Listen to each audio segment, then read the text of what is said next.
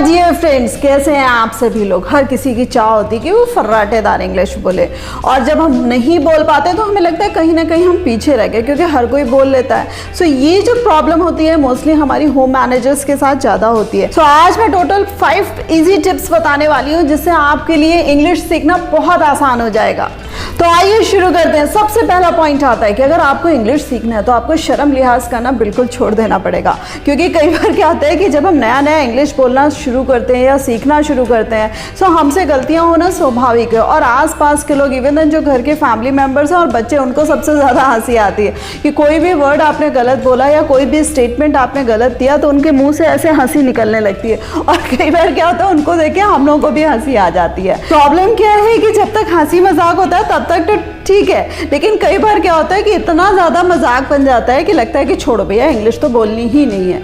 सो आपको अगर सीखना है तो आपको ध्यान रखना पड़ेगा कि कितना भी मजाक उड़े, कितनी भी कोई बात हो, आपको अपना बुरा नहीं मानना और आपको पूरे लगन से लगे रहना है। फ्रेंड्स, इसी के साथ साथ दूसरा पॉइंट आता है कि जितना ज़्यादा से ज़्यादा पढ़ सकते हैं उतना ज़्यादा से ज़्यादा पढ़िए। होता है क्या है कि जितना ज़्यादा से ज़्यादा हम पढ़ते हैं, दूसरों को सुनते हैं, तो उससे क्या होता है कि हमारी थॉट प्रोसेस होती है, यानी कि उतने हमारे विचार आते हैं। जैसे हिंदी में हम बहुत अच्छा बोल लेते हैं, या हमारी कोई रीजनल लैंग्वेज है उसमें हम बहुत अच्छा बोल लेते हैं, समझ लेते हैं, या हमारी थॉट प्रोसेस भी अच्छी आती है। सो उसमें क्या है, हमने लिटरेचर अच्छा पढ़ा होता है, उसके बारे में अच्छा पढ़ा होता है, किताबें अच्छी पढ़ी होती हैं। द सेम थिंग, अगर आप इंग्लिश अच्छा बोलना चाहते हैं तो उसके लिए सबसे ज़रूरी बात है कि आपको अपने दिमाग को भी खुराक देनी पड़ेगी कि जिससे आपके मुंह से अच्छे अच्छे शब्द निकले। तो आपको बहुत सारी चीज़ें पढ़नी पड़ेंगी। सो पहली चीज़ जो मैं आपको बता दूं कि आप न्यूज़पेपर पढ़ने की कोशिश करें। आप जैसे न्यूज़पेपर हमारे घर में आता है, सो इंग्लिश का कोई भी न्यूज़पेपर है, सो पूरा जब हम इंग्लिश का न्यूज़पेपर देखते हैं तो वो अपने आप में बर्डन लगता है कि इतना सारा कैसे पढ़ पाएंगे।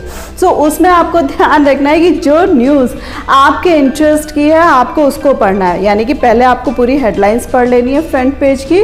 दूसरी चीज़, जिस न्यूज़ में आपको ज़्यादा इंटरेस्ट आ रहा है उस न्यूज़ को आपको प्रॉपर पढ़ना है। तीसरी चीज़ उसी में आपको आता है कि जो भी वर्ड्स आपको नहीं आते उनको आपको अंडरलाइन करके कॉपी में लिखते जाना है, राइट। और इसी के साथ साथ जैसे न्यूज़पेपर हो गया, न्यूज़पेपर में कई बार क्या होता है मैगजीन आई होती है, मैगजीन में सेलिब्रिटीज़ के बारे में बहुत सारी चीज़ें लिखी होती हैं। सो हमें इंटरेस्ट आता है कि अब क्या हुआ, अब क्या हुआ। सो आप उसको पढ़ना ना भूलें। कई हमारी होम मैनेजर फ्रेंड्स हैं जिनको स्पोर्ट्स में इंटरेस्ट होता है, सो आप स्पोर्ट्स वाला वो जो पेज है उसको पढ़ना ना भूलें। सो इस तरीके से हम अपना इंटरेस्ट डेवलप कर सकते हैं रीडिंग के प्रति। दूसरी चीज़ क्या है कि जैसे मुझसे कई सारी फ्रेंड्स पूछती हैं कि मैम मैगजीन्स कौन सी पढ़ें, बुक्स कौन सी पढ़ें। सो इंग्लिश में अगर मैं आपको बात बता दूं कि आप अगर बिगिनर हैं तो आप क्या कर सकते हैं, जैसे बच्चों की छोटी छोटी मैगजीन्स आती हैं, चंपक आती है जिसमें शॉर्ट स्टोरीज होती हैं, वो इंग्लिश में भी आती है, आप उससे पढ़ना शुरू कर सकते हैं।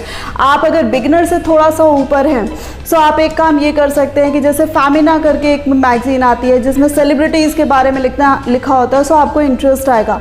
दूसरी चीज़, अगर आपको बहुत ज़्यादा इंटरेस्ट है कि जनरल अवेयरनेस हो, सो क्रॉनिकल करके मैगजीन आती है, आप उसको पढ़ सकते हैं। कंपटीशन सक्सेस रिव्यू करके मैगजीन आती है। इस तरीके से और भी कई मैगजीन्स हैं जो इंग्लिश में आती हैं। सो आप अपने टेस्ट और प्रेफरेंस के अकॉर्डिंग उनको पढ़ सकते हैं। और तो और जैसे कुछ शॉर्ट स्टोरीज होती हैं, शॉर्ट स्टोरीज जो होती हैं कि थोड़े से उसमें ख़त्म हो गई, सो आप उससे भी जो अपना टेस्ट है उसे डेवलप कर सकते हैं। और फ्रेंड्स, जब आप पढ़ रहे हैं डेली तो आपको मेनली इंटेंशन रखना है कि डेली के शुरू में 5 वर्ड्स और बाद में 10 वर्ड्स का टारगेट लेके चलना है कि मुझे ये 5 वर्ड्स या 10 वर्ड्स डेली पे लर्न करने हैं। और इसी के साथ साथ कई क्या होता है कि हमारी रोज़मर्रा के सेंटेंसेस होते हैं कि इधर आओ, मैं जाऊँ, तुम ऐसा काम कर दो, तुम मेरे लिए प्लीज़ ऐसा करोगे। सो कुछ ऐसे सेंटेंसेस होते हैं जो नॉर्मल होते हैं और डेली रूटीन के होते हैं। सो आप उन स्टेटमेंट्स को, कुछ ऐसे जो 10-20 स्टेटमेंट्स हैं या जो डायलॉग्स होते हैं, आप उनको कहीं डायरी में जॉट डाउन कर सकते हैं और उनको बोलने की प्रैक्टिस में ला सकते हैं। और जब आप रोज उनको बोलेंगे तो उससे आपका कॉन्फिडेंस भी डेवलप होगा। फोर्थ पॉइंट फ्रेंड्स, आपको ध्यान रखना है कि आपको अपने अंदर डिक्शनरी की भी आदत डेवलप करनी पड़ेगी। स्पेशली अगर मैं बिगिनर्स की बात करूं कि आप एक भार्गवा की डिक्शनरी आती है जिसमें इंग्लिश टू हिंदी वर्ड्स दिए होते हैं। उसकी अच्छी बात यह है कि उसमें प्रोनाउंसिएशन भी लिखा होता है कि किस तरीके से आपको वर्ड का उच्चारण करना है।